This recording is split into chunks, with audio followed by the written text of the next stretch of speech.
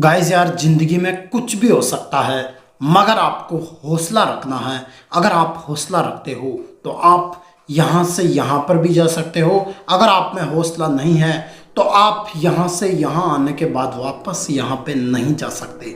दोस्तों, आपको तो पता होगा, भारत का सबसे बड़ा बिजनेसमैन गौतम अडानी था और पूरी की पूरी दुनिया में गौतम अडानी की रैंक आ चुकी थी 2।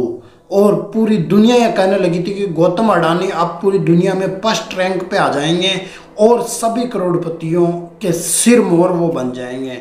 मगर दोस्तों, जैसे ही हिडनबर्ग की रिपोर्ट आती है, हिडनबर्ग की रिपोर्ट आने के बाद में गौतम अडानी की रैंक 2 से गिरकर कितनी नीचे आ गई थी दोस्तों, 30-35 रैंक तक आ गई थी। जहां पर उनकी संपत्ति 200 बिलियन डॉलर थी, वो घट के दोस्तों 18-15 बिलियन डॉलर के आसपास रह गई थी। मगर दोस्तों, गौतम अडानी जी ने तो हार नहीं मानी, लगातार वापस अपनी समितियां बैठाई और अपनी कमेटी को कहा कि क्या कमियां हैं, उन कमियों को दूर की जाए।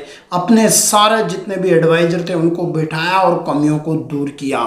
और दोस्तों, नतीजा ये हुआ कि जब उनकी संपत्ति बिल्कुल कम हो चुकी थी, इन्वेस्टर जितने भी थे उनके साथ में जो विश्वास खो चुके थे, उनका विश्वास वापस जीता।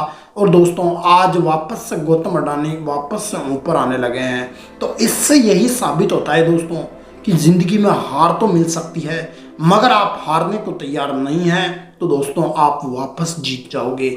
जब गौतम अडानी यहाँ पर थे, बिल्कुल नीचे आए, फिर वापस दोस्तों अब ऊपर आ चुके हैं। आज उनके शेयर्स की रेट वापस बढ़ने लगी है। जो उनके गौतम अडानी के जितने भी शेयर हैं, जितनी भी मार्केट वैल्यू उन्होंने खोई थी, वो वापस से प्राप्त करने लगे हैं। अब बहुत से लोग बोलते हैं यार, गौतम अडानी ने पूरा भारत ही खरीद लिया।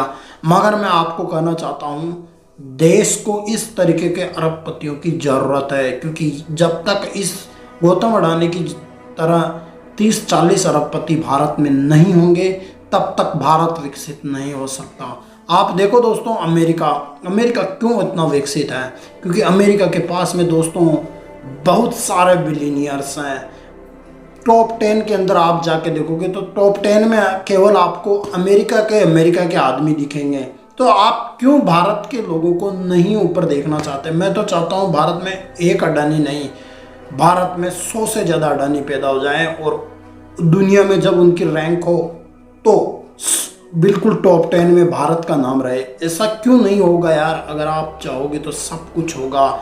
सोच के देखो, अगर एक गौतम अडानी की इतनी कंपनियां हैं, अगर इसी तरीके के 100 अडानी भारत में पैदा हो जाएं, 100 अडानी भारत के लिए काम करें, तो कितना भारत सरकार को रेवेन्यू जाएगा, कितना भारत सरकार के लिए ये काम कर सकते हैं, कितना भारत के विकास में अपना योगदान दे सकते हैं, कितने लोगों को रोजगार मिल सकता है। एक अडानी समूह से कितना रोजगार भारत को मिल रहा होगा, भारत के लोगों को मिल रहा होगा, आप खुद सोच नहीं सकते दोस्तों।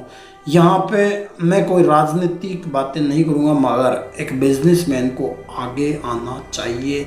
और आप अगर छोटे बिजनेसमैन हो आज, तो आपको गौतम अडानी जी से सीखना चाहिए किस तरीके से छोटी शुरुआत करके आज इतने ऊपरी लेवल तक पहुँचे हैं। आपको एलन मस्क से सीखना चाहिए कितनी छोटी शुरुआत करके इतने ऊपर तक पहुँचे हैं। आपको मार्क जकरबर्ग से सीखना चाहिए किस तरीके से छोटी शुरुआत करके फेसबुक से आज वो कितना ऊपर तक पहुंच चुके हैं। बहुत सारे बिलियनियर्स हैं दोस्तों जो कि अरबपति पैदा नहीं हुए थे, बस उन्होंने अपनी मेहनत और अपने दिमाग के दम पर दोस्तों आज वो अचीवमेंट प्राप्त की है।